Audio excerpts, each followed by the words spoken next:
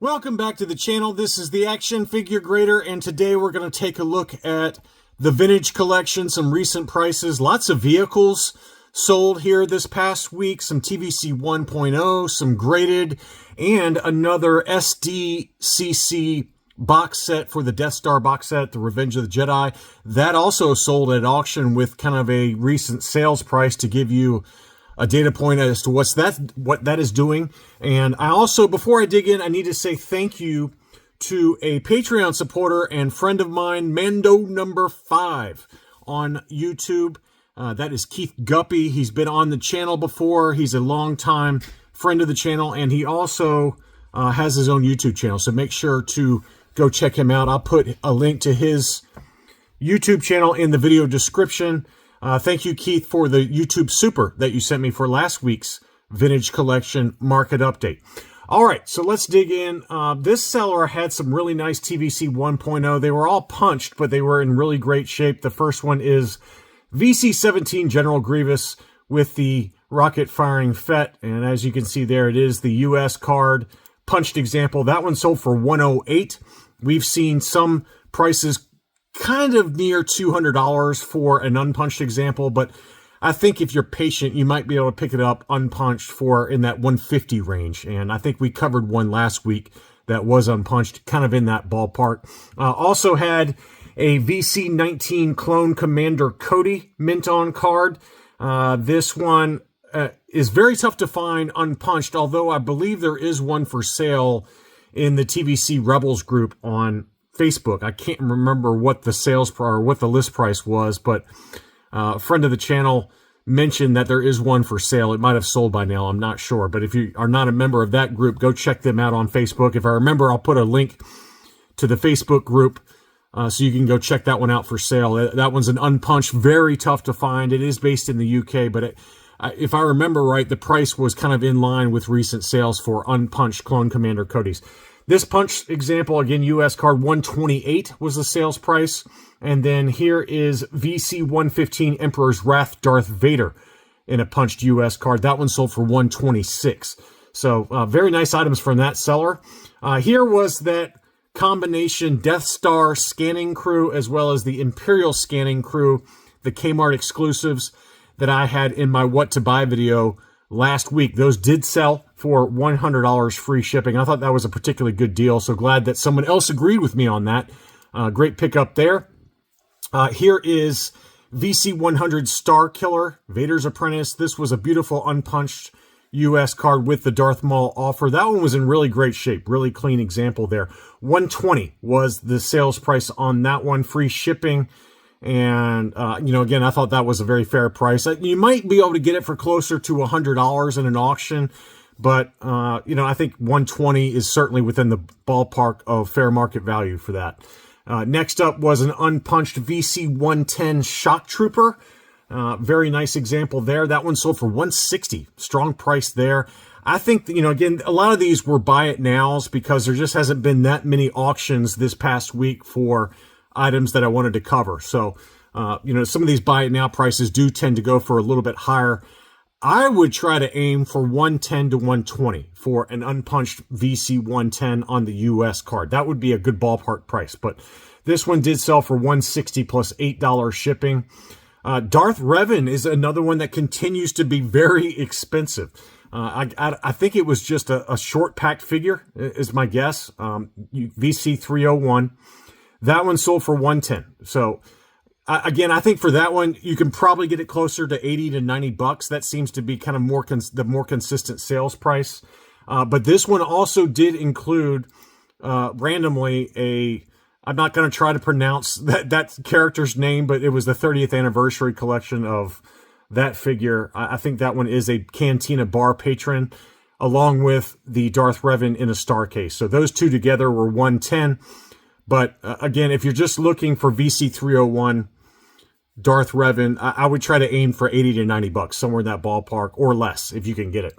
Next up, I've got some vehicles that sold before we dig into the SDCC Death Star box set and some graded items. But the X-Wing Fighter, this one was the Toys R Us exclusive original issue X-Wing. That one sold for $150 plus shipping. Here is the Y-Wing. That one sold for $239.99. That was another Toys R Us exclusive.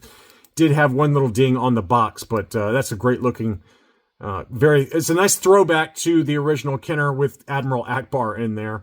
But that one did sell for $240. Here was a very mint Amazon exclusive TIE Interceptor. So this one still had the shipper box, and you can see how mint the packaging was on that TIE Interceptor. That one sold for big money, $325. And the shipper box also was in mint condition. So that was a really nice example. And yet another Republic gunship, the Toys R Us exclusive Attack of the Clones Rebel gunship, did sell. This one did have one little, couple of minor issues. So on the upper left, it had a little tear there. And then the upper right, it also did have a tear. So it was not perfect by any means. And that one sold for a little bit less than where we've seen this one been selling. $650. Basically free shipping. I think mint examples, you can probably talk about $750-ish, somewhere in that ballpark.